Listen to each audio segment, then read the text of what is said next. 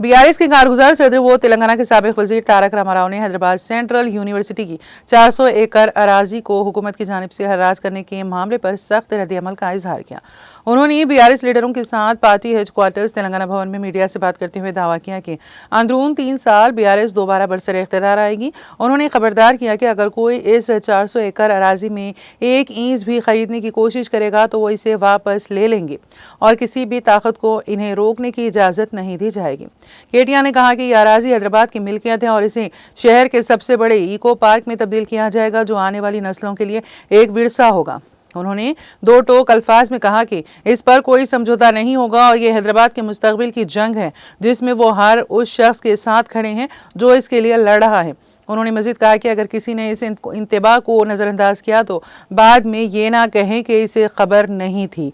Katia ने वाज़ेह किया कि यही पार्टी के सरबराह केसीआर का मौक़ूफ़ है और बीआरएस का सरकारी मौक़ूफ़ भी है। उन्होंने साथ ही यूनिवर्सिटी में जारी तलबा के एहतजाज की तायद का ऐलान किया।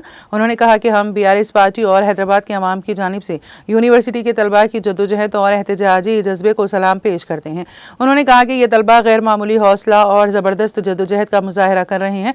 उन्होंने तेलंगाना तहरीक के दौरान उस्मानिया, काकतिया, महात्मा गांधी, पालामुरु और सतुहाना यूनिवर्सिटियों में देखे गए मुजाहिरों का हवाला देते हुए कहा कि आज भी ये तलबा रियासती हुकूमत को चैलेंज करते हुए बहादुरी से अपनी लड़ाई लड़ रहे हैं। केटिया ने हुकूमत को तनकीद का निशाना बनाते हुए कहा कि अगर ये वाकई जमहूरी हुकूमत होती तो एहतजाजी तलबा से बात करती और उनके मुतालिबात को सुनने की कोशिश करती। उन्होंने कहा कि हुकूमत को कम अज़ कम अपने नुमाइंदे वहाँ भेजने चाहिए थे ताकि तलबा को समझाया जा सके, लेकिन इसके बजाय वज़ीर आला रेवंत रेड्डी ने तलबा की तौहीन की। హైదరాబాద్లో ఈ రోజు కాదు, మీరు ఒకసారి మా ట్రాక్ రికార్డ్ చూస్తే కూడా మేమేదో కొత్తగా ఇవాళ పర్యావరణ ప్రేమికులు కాలేదు, కొత్తగా మేమేమి మాట్లాడడం లేదు. హైదరాబాద్కి మా ప్రభుత్వం ఉన్నప్పుడు మేము చేసిన ఎఫర్ట్స్ వల్ల ప్రపంచంలో ప్యారిస్, బొగోటా లాంటి నగరాలను తలదన్ని గ్రీన్ సిటీ అవార్డు కూడా 2022లో మన ప్రభుత్వం ఆనాడు హైదరాబాద్ సిటీకి సాధించి పెట్టింది. హరిత విప్లవాన్ని సృష్టించింది తెలంగాణ అని చెప్పి ఆనాడు జాతీయ అంతర్జాతీయ media green revolution mission Kakatiya నండి, హరితహారం లాంటి కార్యక్రమం నుండి దానివల్ల అద్భుతాలు సృష్టించిన తెలంగాణ అని చెప్పి మరి ఆనాడు జాతీయ అంతర్జాతీయ సంస్థలు రాశాయి. ఇది మీ ప్రభుత్వ రిపోర్టే, మాది కాదు.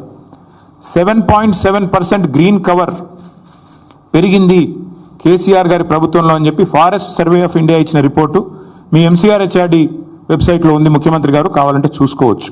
270 కోట్ల మొక్కలు నాటి హరిత విప్లవాన్ని సృష్టించిన ప్రభుత్వం మాది. హైదరాబాద్ కొరియాలో జరిగిన ఒక అంతర్జాతీయ ఈవెంట్లో ప్యారిస్ని, బొగోటాని, మెహికోని వీటన్నిటిని కాదని ఆనాడు అంతర్జాతీయ అవార్డు గెలుచుకున్న సందర్భంగా జాతీయ పత్రికల్లో వచ్చిన వార్తలు.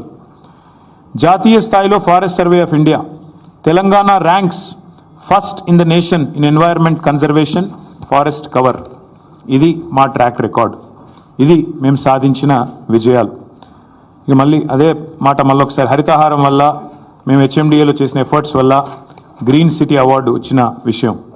అదే మాదిరిగా ఇక ఇది డేటా. ఒక 10 ఏళ్లలో భారతదేశంలో ఏ నగరంలో గ్రీన్ కవర్ పెరిగింది అంటే మెట్రోస్లో. ఇది data, times of India report. ఇది డేటా చూడండి. బొంబాయి, ఢిల్లీ, చెన్నై, అదేవిధంగా కోల్కతా, బెంగళూరు, హైదరాబాద్ ఇవన్నిటిని కలిపి చూస్తే హైదరాబాద్లో అత్యధికంగా గ్రీన్ కవర్ పెంచింది తెలంగాణ ప్రభుత్వం కేసీఆర్ గారి హయాంలో అని మరి జాతీయ స్థాయిలో వచ్చిన రిపోర్ట్స్. ఇక ఎంత పెరిగింది, ఎన్ని స్క్వేర్ కిలోమీటర్లు పెరిగింది తెలంగాణలో అంటే ఇదొక రిపోర్టు. ఇట్లా ఒకటి కాదు, నేను 100 చూపెడతాను. ఇది ఒక్క పిక్చర్ మీకు అన్ని విషయాలు చెప్తుంది. ఆ తర్వాత భారత ప్రభుత్వం చెప్పింది కూడా ఒక మాటలో చెప్తాను. This one picture will speak volumes. భారతదేశంలోని 28 రాష్ట్రాల్లో ఎక్కడ గ్రీన్ కవర్ పెరిగింది అంటే ఇగో this is Telangana and the growth, decadal growth of green cover in Telangana. ఇది భారత ప్రభుత్వం పార్లమెంట్లో ఇచ్చిన రెస్పాన్స్. 2021 జూలై 23 నాడు భారతదేశంలో ఏ సంవత్సరంలో ఎంత పెరిగింది గ్రీన్ కవర్, ఎంత పెరిగింది అడవి అంటే ఇది భారత ప్రభుత్వం 2021లో ఇచ్చిన రిపోర్టు. అత్యధికంగా తెలంగాణ రాష్ట్రంలో పెరిగింది అని పార్లమెంట్లో ఇచ్చిన సమాధానం.